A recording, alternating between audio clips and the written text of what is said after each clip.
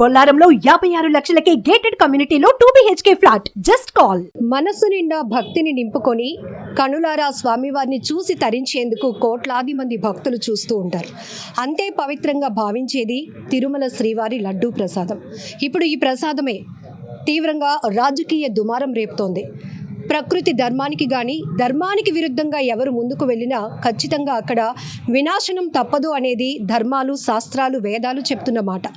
ఇప్పుడు తిరుమల శ్రీవారి లడ్డూ ప్రసాదంలో కల్తీ జరిగింది అనేది వాస్తవమా అవాస్తవమా అనేది పక్కన పెడితే కలియుగ ప్రత్యక్ష దైవమైన ఆ స్వామివారు ఆగ్రహిస్తే జరగబోయే పరిణామాలు ఊహించుకుంటేనే ప్రతి ఒక్కరూ ఆందోళన చెందాల్సిన పరిస్థితి. అందుకే పండితులు, నిపుణులు వీరంతా కూడా ముందుకొచ్చి జరిగిందేంటో తెలియదు కానీ ప్రక్షాళన మాత్రం జరగాలి అనే అభిప్రాయాలు వ్యక్తం చేస్తున్నారు.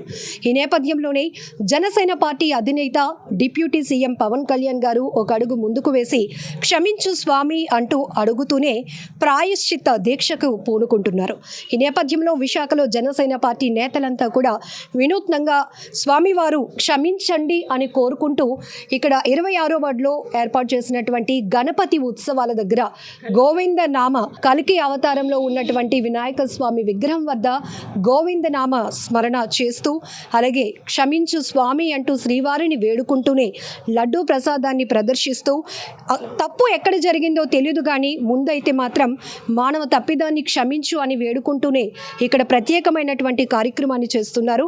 Janasena party north in-charge Usha Kiran గారు అలాగే కార్పొరేటర్ ఉషాశ్రీ గారు వీళ్ళందరినీ మనం చూస్తున్నా. ఒకసారి మాట్లాడదాం. ప్రస్తుతం అయితే కనుక రాజకీయ దుమారం పక్కన పెడితే ఏం జరగబోతోంది? లడ్డూ ప్రసాదం నిజంగానే కల్తీ జరిగితే అసలు కోట్లాది మంది భక్తుల మనోభావాలతో ముడిపడినటువంటి అంశం. దీనిపైన ఇప్పటికే మనం ప్రకృతి విలయాలు చూస్తున్నాం. ప్రజలు ఏ స్థాయిలో ఇబ్బంది పడుతున్నారు, ఎలా అతలాకుతలం అయిపోతున్నాయి మనుషుల జీవన ప్రమాణాలు, ఇవన్నీ చూస్తున్న నేపథ్యంలో ఒక్కసారిగా శ్రీవారి లడ్డూ ప్రసాదం కల్తీ అనే అంశం ఇప్పుడు తెర మీదకు రావటం చూస్తున్నాం. సో దీంతోనే వీరంతా కూడా స్వామివారిని వేడుకుంటున్నారు. కల్తీ అవతారంలో ఉన్న గణపయ్యకు ప్రత్యేకమైన పూజలు కూడా ఇక్కడ చేశారు. వీళ్ళతోనే మాట్లాడదాం. ఏం కోరుతున్నారు స్వామివారిని?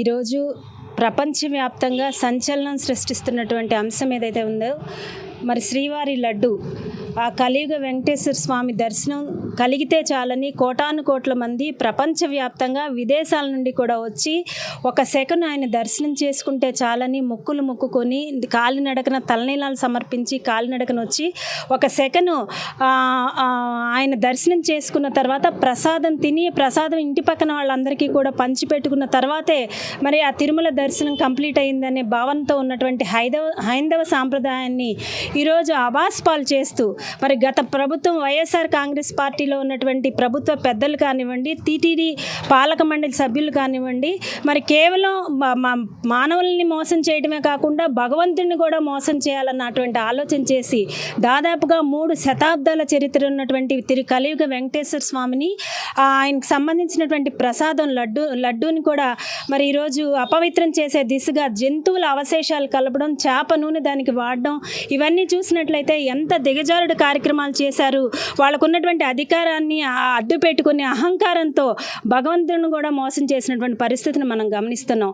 గతంలో మనం చూసినట్లయితే భగవంతుడి గురించి ఎవరైతే తిరుమల తిరుపతి వెంకటేశ్వర స్వామి గురించి ఎవరైతే కామెంట్ చేశారో వాళ్ళ పరిస్థితులు ఏమైనాయో కూడా గతంలో మనకు అనేక చరిత్రలు కూడా స్పష్టమవుతున్నటువంటి పరిస్థితి. ఈ నేపథ్యంలో మానవులు చేసినటువంటి తప్పిదాలకి మరి ప్రళయాలను సృష్టించొద్దు, ఎవరో ఒకళ్ళు ఇద్దరు చేసినటువంటి పాపానికి యావత్ జగత్తనంతటిని కూడా శిక్షించొద్దు అన్న ఉద్దేశంతో మరి ఈరోజు జనసేన పార్టీ అధ్యక్షులు పవన్ కళ్యాణ్ గారు ప్రాయశ్చిత్త దీక్షని చేపట్టడం జరిగింది. 11 రోజుల పాటు ఆయన దీక్షలో ఉంటారు.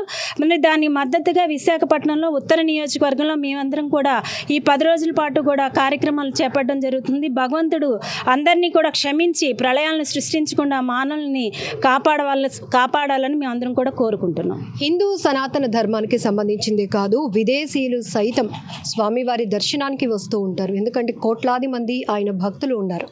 ఇక్కడ మనం చూస్తున్నాం. ఇది నిజమా అబద్ధమా అనేది పక్కన పెడితే ఆలయం ఈరోజు అపవిత్రత అయింది, కొంతమంది వ్యక్తుల స్వార్థం ధనదాహం వల్ల అనేది ప్రస్తుతం వినపడుతున్నటువంటి అంశం. ఈ నేపథ్యంలోనే సిట్ దర్యాప్తు ప్రభుత్వాల పరంగా కానీ లేకపోతే వేద పండితులు కూడా కోరుతున్నారు. ఆలయ సంప్రోక్షణ జరగాలి, దీని అంతటికీ కూడా ఒక ప్రక్షాళన జరిగితేనే స్వామివారు శాంతిస్తారు అనేది కూడా తెరపైకి వస్తున్న అంశం. సో ఈరోజు కలియుగ అవతారంలో ఉన్న గణపయ్యకు పూజలు చేస్తున్నారు. మీరు ఏం కోరుకుంటున్నారు? మనం చూసుకున్నట్టయితే ఈ మధ్యకాలంలో భారతదేశం అంతా కూడా north to south, east to west వరదలు వచ్చి చాలా అతలాకుతలమైంది. అదే మన రాష్ట్రంలో తీసుకుంటే ఏనాడు వినని రీతిలో విజయవాడలో ఒక ప్రళయం సృష్టించింది. చాలా కొన్ని లక్షల మంది ఇబ్బంది పడ్డారు. సో ఇవన్నీ దాని పరిణామాలే అనుకుంటున్నాను నేను. సో ఆ దేవుణ్ణి శాంతించమని ప్రజలందరూ కూడా తెలియక చేసిన తప్పుకి శిక్ష వేయకుండా ఈ 11 రోజులు ఏదైతే మా నాయకుడు పవన్ కళ్యాణ్ గారు దీక్ష చేస్తున్నారో దానికి మద్దతుగా మేము ఫస్ట్ డే అవడం ఈరోజు మేము గోవిందనామాలతో స్టార్ట్ చేసాం. అలాగే ఈ 11 రోజులు కూడా వినూత్నంగా ఏదో ఒక రీతిలో స్వామివారిని కోరుకోవడం జరుగుతుంది మమ్మల్ని క్షమించమని. మీరేం చెప్తారు? ఇప్పటికే ఎన్నిసార్లు తిరుపతి దర్శనానికి మీరు వెళ్ళున్నారు, ప్రసాదంలో అంటే దాని రుచిలో కానీ మార్పు, లేకపోతే అక్కడ ఉన్న పరిస్థితుల్లో కొంత మార్పులు, అంటే ప్రభుత్వాలు మారుతూ ఉంటే వ్యవస్థలు కూడా మారటం అనేది చూస్తూ ఉంటాం, కానీ దేవుడి ఆలయాలు దేవుని పవిత్రత మారటంలో ఇలాంటివి అసలు ఎప్పుడూ వినకూడదు ఏంటంటారు? ఏదైతే కలియుగ దైవం అయిన శ్రీ వెంకటేశ్వర స్వామి అంటే మొత్తం ప్రపంచం అంతటికీ కూడా ఆరాధ్య దైవం. అలాంటిది ఎక్కడ విదేశాల నుండి కూడా వచ్చి దర్శనంకి ఎంతో కష్టపడి వేచి వచ్చి ఆ లడ్డూ ప్రసాదాన్ని స్వీకరించి అందరికీ పంచుతూ ఉంటారు. అలాంటి లడ్డూని ఈరోజు ఇలాగా కల్తీ జరిగిందని తెలియగానే అందరూ హిందువుల మనోభావాలన్నీ చాలా దెబ్బతిన్నాయి. మరి అలా జరగకూడదని మా అధినేత పవన్ కళ్యాణ్ గారు దీక్ష చేపట్టారు.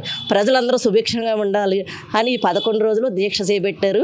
ఆ కారణంగా 22వ వార్డులో నార్త్ ఇన్ఛార్జి గారు పసుపులేటి ఉషాకిరణ్ గారి ఆధ్వర్యంలో మేము కూడా గోవిందనామాలు మొదలుపెట్టి 11 రోజులు కూడా సంఘీభావం తెలియజేస్తాం. స్వామివారి లడ్డూ ప్రసాదానికి ఎంత పవిత్రత ఉందంటే కనీసం వెళ్ళలేని కదలలేని పరిస్థితిలో ఉన్నవారు ఆ ప్రసాదం తమ చేతిలోకి వచ్చినాక వాళ్ళు దాన్ని దేవుని దర్శనం చేసుకున్నంత పవిత్రంగా భావిస్తూ ఉంటారు. అలాంటి లడ్డూ ప్రసాదం ఇప్పుడు తీవ్రమైనటువంటి దుమారం రేపుతోంది, తీవ్ర విమర్శలకు తావిస్తోంది. ఈ నేపథ్యంలోనే రాష్ట్ర ప్రజలు సుభిక్షంగా ఉండాలి, స్వామివారు ఏమాత్రం ఆగ్రహిస్తే జరిగే పరిణామాలు ఇప్పటికే చూస్తున్నాం కాబట్టి ఈ నేపథ్యంలోనే డిప్యూటీ సీఎం పవన్ కళ్యాణ్ గారు దీక్ష కూడా చేపట్టడం జరిగింది, ప్రాయశ్చిత్త దీక్ష. దీనికి మద్దతుగానే జనసేన పార్టీ నేతలంతా కూడా 11 రోజుల పాటు స్వామివారు కరుణ కటాక్షాలు కోరుతూనే వినూత్నమైన రీతిలో పూజలు చేస్తున్నారు. ఈరోజైతే కల్కి అవతారంలో ఉన్న గణపయ్య వద్ద గోవిందనామ స్మరణ చేస్తూ స్వామివారి లడ్డూ ప్రసాదాన్ని కూడా ప్రదర్శిస్తూ క్షమించు స్వామి అంటూ వాళ్ళంతా కూడా స్వామివారిని వేడుకుంటున్న పరిస్థితులు చూస్తున్నాం.